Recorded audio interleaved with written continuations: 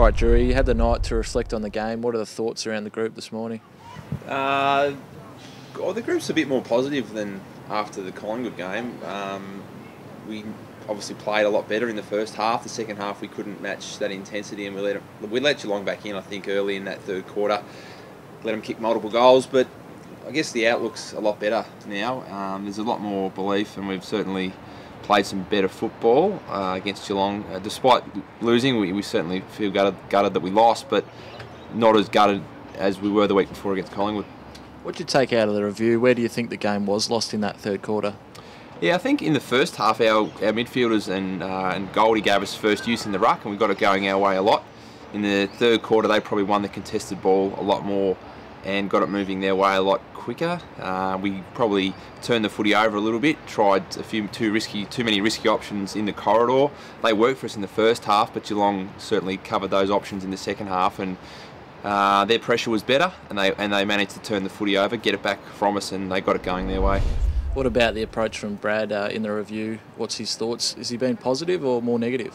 It's certainly positive. It was basically the meeting went in two halves. The first half was positive, showed a lot of clips from the first half on our ball movement. The second part of the meeting was a few of the areas that we let Geelong back in with, again turning the footy over, gifting them goals that way.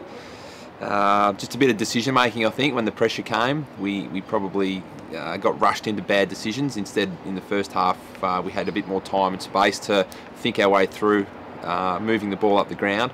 But the second half, we got sort of pressured a bit more, and that's when they caused the turnovers. I had a couple of losses, but obviously pretty encouraging getting so close to really good sides like Geelong and Collingwood as well. Yeah, it is. You still like to have beaten a couple of them because they're games that hopefully we don't rue in the back half of the year. They'll be top 4 or 5 sides, those two teams will. So it's good to know you're competitive against them, but at the same time we still haven't won a game this year yet, and we're coming up against Sydney this week, who they've won both their games and they're the reigning premier. So I think, coming from the Geelong game, we realised that we're capable of matching it with good sides.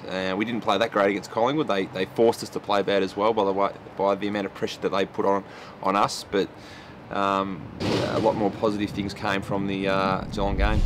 Do you feel that this group's made improvement despite the couple of losses to start the season?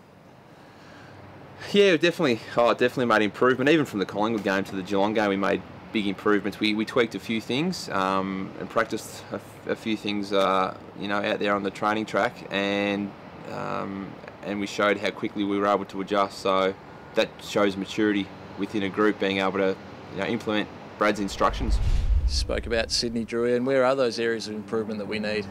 Probably Sydney's renowned for their competitiveness, contested footy. Josh Kennedy, Kieran Jack, Jude Bolton, Ryan O'Keefe, list goes on about those guys around the footy. So the job for us this week is to match them and beat them in that area. They've got winners all over the ground. They're just competitive. They've got very high standards. So it'll be good this week because Dan Curry spent 4 years up at Sydney, and Jared Moore, who's one of our development coaches, I think he played about 80 games for the Swannies. So we'll certainly get some knowledge and some inside information off those two guys this week.